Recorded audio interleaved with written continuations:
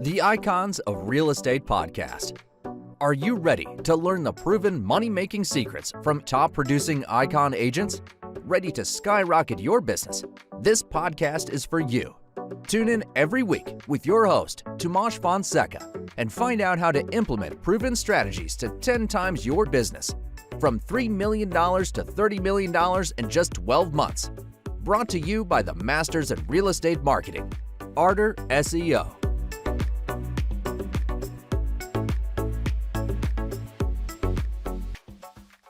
Welcome to the Icons of Real Estate. I'm Tim Calloway. I have a very special guest for you today from the Chicagoland area in Des Plaines, Illinois.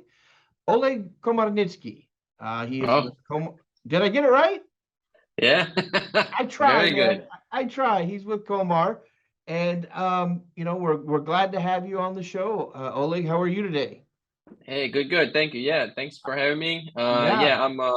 I'm here in Des Plaines, primarily doing sales. With Komar is the name of the real estate brokerage that we operate here in Des Plaines area. We're a team of 16. I think we're gonna have a couple more agents join us. We're gonna probably 18 soon, and most of the time we just help people sell buy homes, and I also invest. And that was one of the reasons I got into real estate. I was attracted to investing stuff. Yeah. And So then got hooked on sales. gotcha. So tell me that backstory. I know, and correct me if I'm wrong. When I was doing my due diligence, when they sent it over, you're going to be on the show. Your homeland's the Ukraine. Is that correct? Yeah. Oh, okay. So you came over, and you got a family, things like that. So tell me about how you started in real estate. You say you wanted to be an investor. Tell me Yeah. that story. How did that start? I'm dying to know. Yeah. So, well, to go back quickly, came to America in 2009 and been Okay. doing a bunch of other stuff. And then in 2017 is when my girlfriend wanted to, at that time, that was my wife. She wanted to kind of like maybe real estate is a good career, and I thought about it. I didn't even know what the real estate is all about, and I didn't even know about didn't even had an idea of owning anything. I was just renting it at that time. And then I started looking in because it's like it's work around people, so I kind of like to be around people. Yeah. And I started digging in and like, okay, I think I might be good at this. So I just got my license, got into it. But my main focus, and I kind of when I met the managing broker at the previous office, was he owned a lot of real estate, and I liked it because it's passive, and that's kind of like you're building your retirement, and one day you can relax. Finally, that Right. was like that for me. It was like a big picture. Okay, now I know this hamster wheel. One day I can get off of it, and it's okay. So I was always attracted to that, and then I'm like, okay, so if I start investing, I need a realtor who's going to help me. I didn't have nobody, and I was kind of attracted a little bit to that sales thing. And I thought I'll get my license just to learn, to see what people do. I'll do it too, and then maybe I'll just transition to flips and do the investment stuff, and then just keep the license because I don't know. We'll see. And then I got the license, started working, and then it kind of I kind of liked it, and this sales game was very attractive to me attractive. So I kind of always put my goals like I need to sell 20 homes this year, 40, 60, 100, and now we're building a team, and now we're just going that way. But I still invest, I still every year a couple properties I buy. Nothing too crazy. I'm focused right now on building the brokerage and then going a little bit wide on that, building a business, and then with the cash that we kind of make that I'm trying to invest. So that's a little bit about me here. I can talk about how we generate every like a business and stuff, but just tell me where you want to go. Yeah, well, tell me, we'll get into that, how you kind of build your clientele. You do have a team, is that correct? Yeah. So you got tell me about how building that team has worked out for you. I mean, has that been a bit of a trial, or is it, family, friends? So in the beginning in 2021, I was so busy that I couldn't handle it. I was sitting at the couch Saturday evening, came from showings, and I still have to write a bunch of offers and do a bunch of stuff. And I was like, that's it. I think I'm done. I need to relax, but I can't. There's this bunch of contracts, or I need to do something. So I posted. It was April 21. I posted on Instagram. I'm looking for help. A couple agents reached out to me, and I took one that was kind of will be my help, and we were working together. And slowly there was another agent who wanted to join our team, and then slowly we got like 4 people by the end of the year, or 5. And then I was thinking about, and then I left somewhere in I think October or August last year. I left that previous brokerage, and I went on my own. And then that's where I started to actively look for other team members. And so it's like in the beginning it was friends and people that knew me in the business, wanted to be around me. We could share some leads. I could mentor them a little bit because they saw that I'm doing better than average, and maybe there's something you can learn from me, so they would join. And now it's just people that I am reaching out to and looking for, and I'm bringing on Nice. through different channels, Instagram, phone calls, and stuff. So I'm just trying to Nice. grow that, and then slowly I'm stepping away from the production, but still listing homes, and I still work with the buyers that want me, and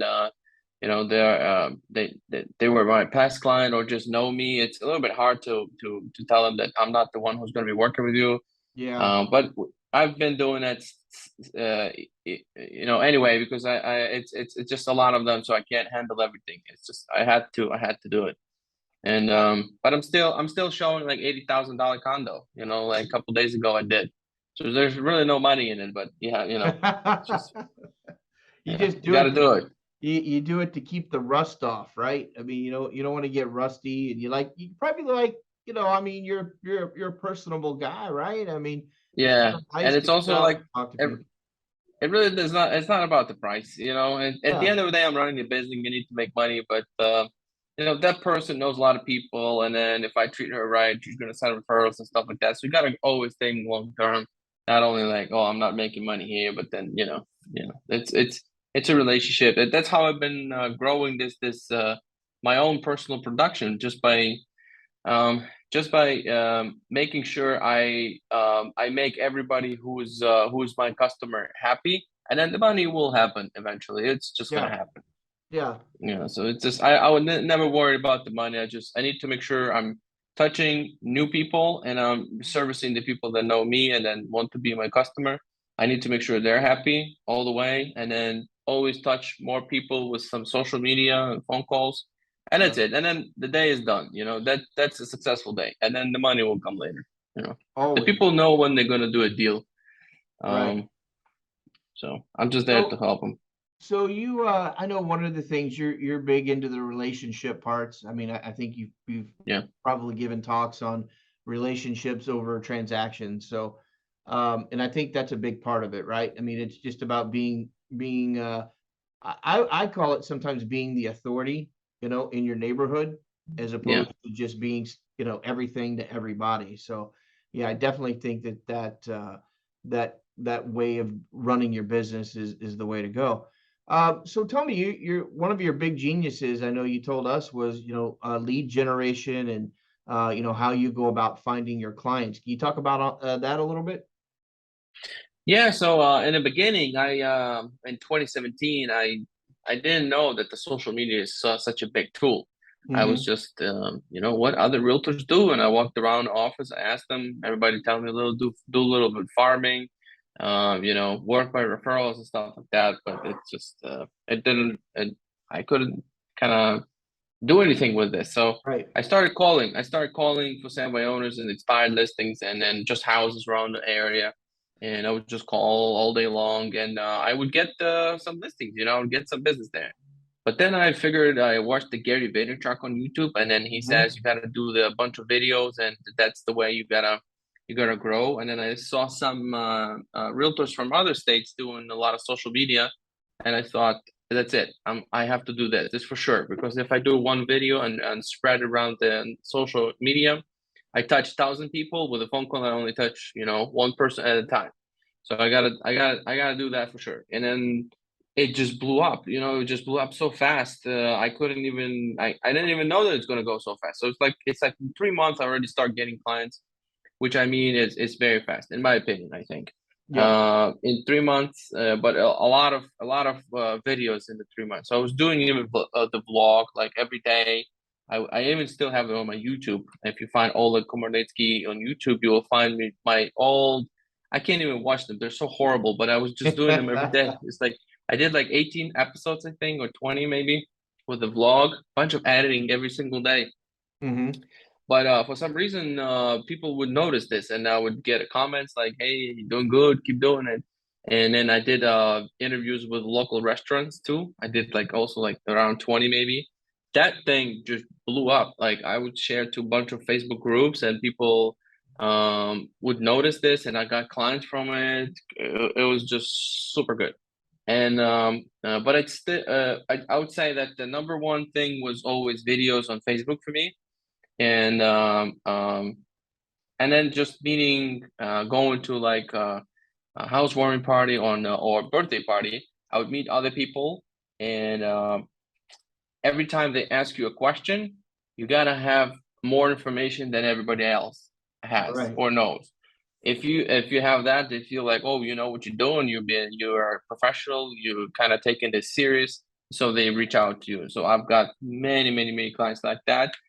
Even like hiring a contractor for some job at my rental properties, Mm-hmm. and I would let them know that I'm a realtor, and then they would ask always, "Well, how's the market, and everything?" And you gotta respond kind of, Sure. a little bit better than just good, or Right. uh, Right. they can't get the feedback from are you good or not. And then I would get them call me, I'm looking for a house, and there was a plumber, mover, there was a bunch of people that I hired to do something, and then they become my client, and then now they refer me so much, and it's just that's I think this is one of the big keys when people are asking you some questions. That's your opportunity to shine. Like you Right. got to know more. Yeah. So every day you got to read a bunch of articles, bunch of news. You have to know what's going on in the market. You have to know what's 1031 exchange, what's the interest buy down.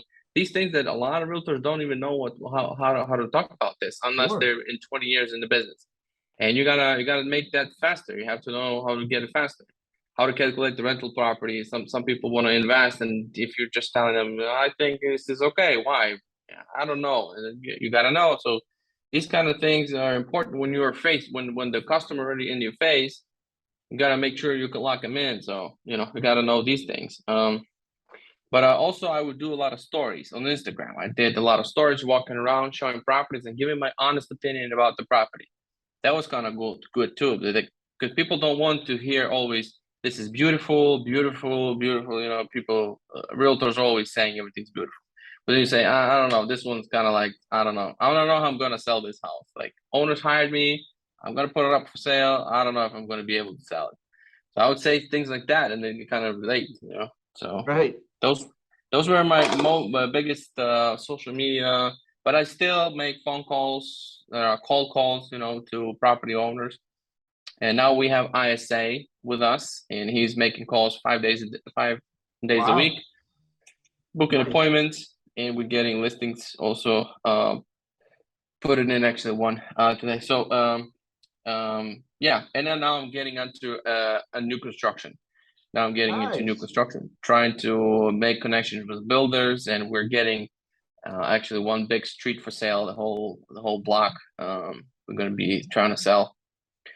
So So yeah. are you conjoining with builders, or are you actually building them yourself, or how is that working? No, no, I'm not building yet anything. I'm Okay. just being as a salesperson for now. Nice. My big dream, my big one is to eventually own like a brokerage that can sustain without me producing anything, and Right. then maybe slowly one day we'll think about maybe building. Well, we'll see. I don't know.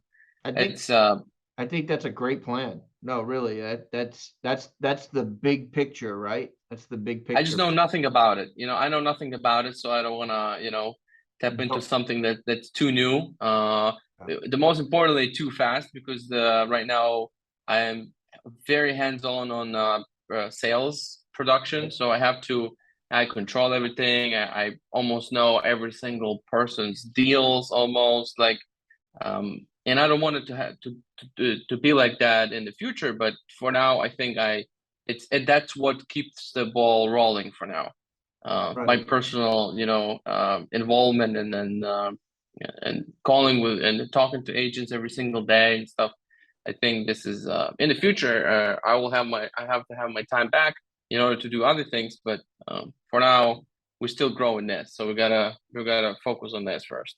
Right. Grow in the brokerage in So the tell me team. about, yeah, tell me about the growth of the brokerage. What's the plan there, if there is a plan, and then what is the, well, actually a better word is, what is the goal for the brokerage side? Yeah. So I'll tell you, like, it's a good question. Last year we did 132 deals. That was only me and two guys, Hmm. um, two realtors on the team, and the goal was to do 100. We did 132. 2021 was an easy year, so we got a little more. And this year we had a goal of 330. We're Hmm. not gonna do 330. We're gonna No, do 250. Yeah. still good. I put a like a 3x almost from Right. what we did last year. But I always like to keep the bar high, that Right. even if I miss it, I'm still better off, Yeah, because you still hit 2x, right? I mean, Yeah. so I mean, Almost 2x. We should be yeah, able to close 250, which is I'm gonna be happy with. For the yeah, next year, I want to do 500, and eventually I want to reach 1,000. Hopefully by 2025 we're gonna get there. We'll see. You never know what kind of market we see. The market's slowing down right now. There's less yeah. buyers. Well, Interest rates going up. So and Oleg, we'll talk after the show for a minute, after it ends. But I talked to a guy earlier, and he said, we always want to be in position, right? We always want to be in yeah, position no matter what the market does, up, down, sideways, fire in the hole, whatever, whatever you want to call it. But yeah, just at the end of the show, we'll spend a minute and I'll tell you a few things. But yeah, that's awesome though. I mean, yeah, there aren't many businesses in the US or in the world that are going to tell you, oh, yeah, we doubled our business in 1 year, right? I mean, it's just, so it's great to hear that, you can get to 250 or 2x times last year. But you have to set that goal a little higher, right? I mean, you set it for, what'd you say, yeah, 30 or 360, and you come in and you still do 2x. No one's going to complain about that. I don't know anybody in the real estate industry that would not like that, you know. So yeah, moving forward, we talked about, now we talked about some goals. Are you structuring to bring other realtors in, or what's the thought yeah. process there? Yeah, but I gotta be careful with it. I don't want to just bring anybody in, so we make like just a group of loose collection of agents. It has to be the biggest thing in the team, in the sales team, in the brokerage, is the culture, and the Right. culture is kind of you have to be careful with it. And not a lot of people understand this, but this is super important. Like, not always the money is the biggest thing that he keeps people, in the same company. It's how they feel about each other and how they feel about the leadership. And this is what I'm working on, and I want to take one step at a time. But I don't want to also be stuck. So I'm always under pressure, but I don't want to go too fast. So, but I need to grow for sure. And Yeah. the margins in the brokerage are slim. So if you're going into the brokerage just the pure traditional way, which we are a little bit of mix, because I still provide leads and we charge more for that. But if Mhm. the agent brings their own leads, we do a different split. And if we're just moving into like a traditional brokerage, the split the margin is too slim, and I need a lot of people to be able to to make some profit. So it's a recruiting game now. It's going to Yeah. be a recruiting game, and I'm moving from sales into recruitment. So it's a different skill set as well. And there's a lot that I'm learning right now, and I'm reading a bunch of books on leadership, and I'm Good. learning all the time. And I'm leaving money on the table sometimes. I know that I'm leaving money at the other place they would be charged for doing stuff, but I don't care because I'm small. I Yeah. have to do this. I need to leave some money on the table, so Yeah. 'cause I can't. It's a yeah, but the goal is to grow the brokers. That's the main thing. add more agents, but Well, it's kind it of, has. yeah, I'm sorry, I didn't mean to interrupt, but it's kind of like chicken and the egg, if you know that analogy. What came first, the chicken or the egg? Do you bring Yeah, agents in to try to grow it, or do you grow it and use that resource to bring agents in? It's like it's a we real provide balance, right? one of the biggest tools that we use to bring more agents is we provide leads.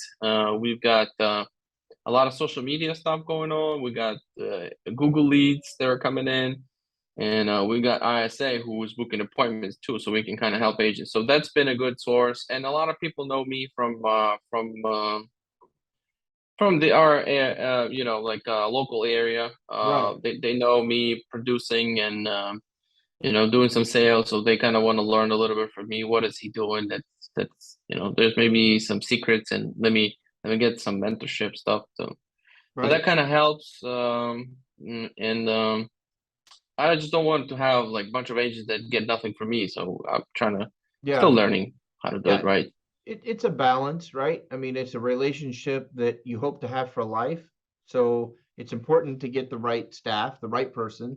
And the last thing you want is a well, I guess I'd just call him someone who spoils the rest of, everybody else, that Yeah, for that sure. you got a good thing going, right? You don't need someone coming in just blowing it all up. So that's really important. So I give you credit for being aware of that and doing it too fast, right? You said that you don't want to do it too fast because then it kind of can go off the rails for you a little bit, and you don't want that either. So tell me if someone wanted to, what's the best way to reach you? If someone wanted to reach you to either list, buy, or maybe they want to talk to you about being an agent, how would they get in touch with you?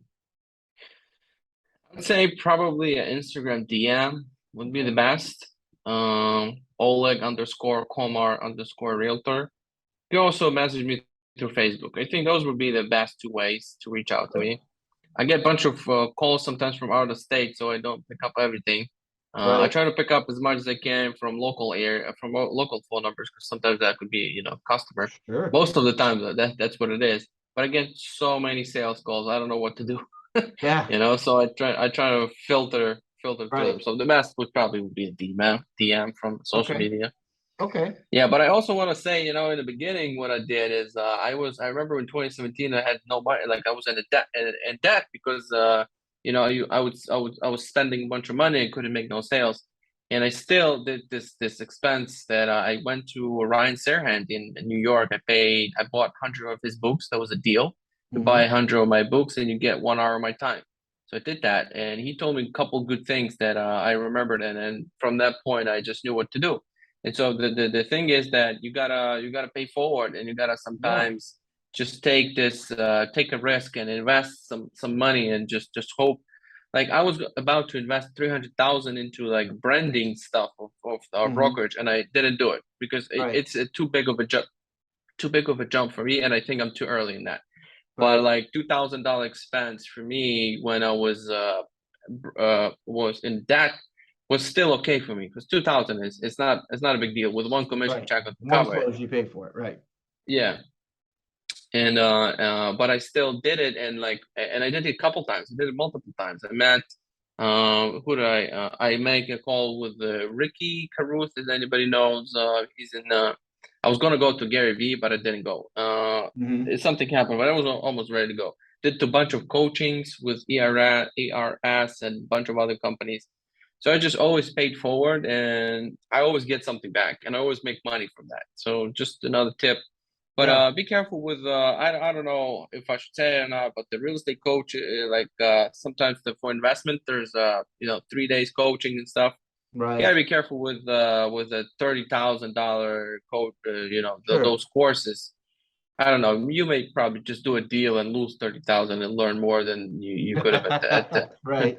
Right. at the event. I think that, but Well, relationships is where you get your money back. right. That's where you might not get anything at the course, but if you meet a couple of people that would be a private lender and do and then help you source the deals, and then you get your money right there. That's Right. that's you doing a deal that you couldn't have otherwise. So maybe it's worth it, but just be thoughtful of it. It's not the course that maybe that's really worth that. Maybe something else is in there. But I would always say pay forward and try to buy the knowledge too. Just cut Right. get a shortcut a little bit too. There you go. It's worth the money. Great advice, Oleg. Oleg, thanks for coming on the show. We really enjoyed you today. And stay with me another minute or two, and we'll talk. But for everybody else, thanks for tuning in, and we'll see you next time. Thank you.